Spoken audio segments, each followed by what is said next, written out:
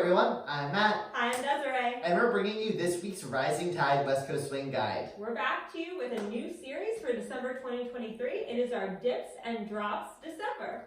So on this series, we're going to take you through a few intermediate to advanced dips and drops.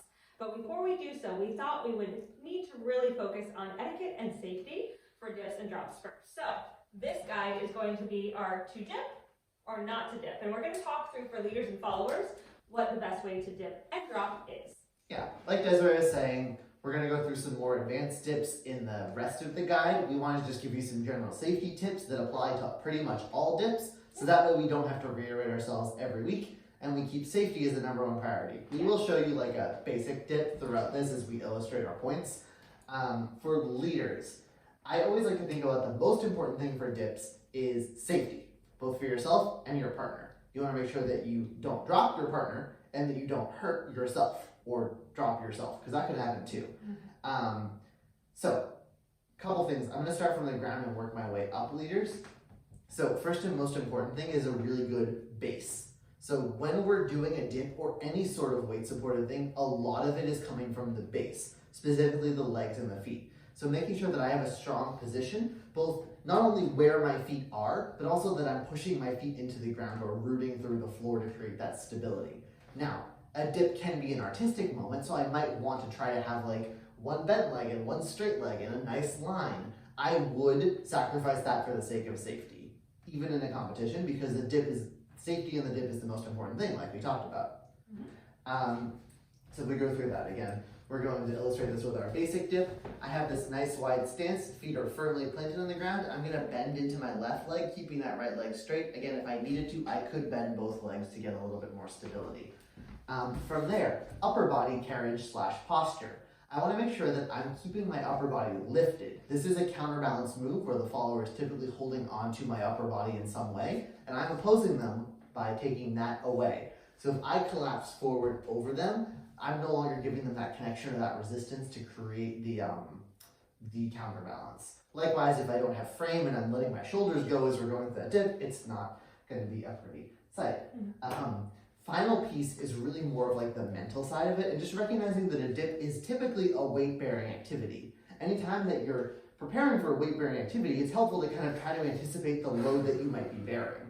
And so, like, this is a little bit more of like the cognitive side of things, but thinking about getting ready to bear weight in this position can really help when you're going to a dip, and that won't surprise you if the follower decides to like throw themselves into it, because you were already prepared to bear weight. Yeah, so for followers, 3 additional things as well to help with our dips and drops. Now a drop is kind of just another name for a dip. It's just more focused on the down motion, which we'll get into in one of our tips. So first is stability. Like Matt said, it's important for leaders to have a very stable base. And for followers, where we are going to be dipped or be dropped, it's very important for us to be aware of where our axis is. That is the point at which is being dipped or dropped. So what is the axis? The axis is kind of the line in space where our center of gravity is. The center of gravity is typically around the core, and you can get to know your center of gravity by shifting your balance and shifting your weight and seeing where that shift derives or starts from. It's right here for me. So my axis is going to be when I'm completely split weight, just standing there, my axis is aligned straight down the middle of my body.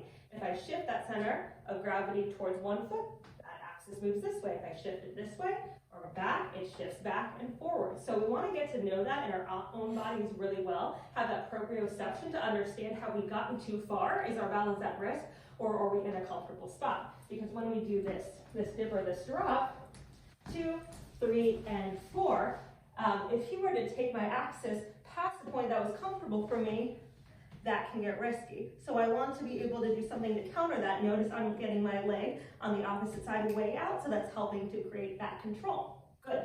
Next thing we want to think about is, speaking of where we are on that axis point, is we want to make sure that we think down first and not back. So if I do this dip, 2, 3, and 4, I've got my axis, I'm aware of it, and I go down, that allows me to have more control and stability. Again, if I start with the shoulders and go back first, I have very little stability. That center of gravity, that axis goes way back. Neither of us have control. So you can do a nice lean or a nice back bend, but think down first, that's the do, not back first, only back afterwards.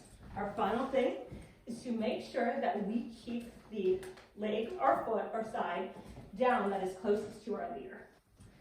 So as we come through our dip, that leg in this case happens to be the leg that's on my right-hand side, so as the leader dips me, I keep my weight on that leg. If that were to leave me in a dip off the opposite side,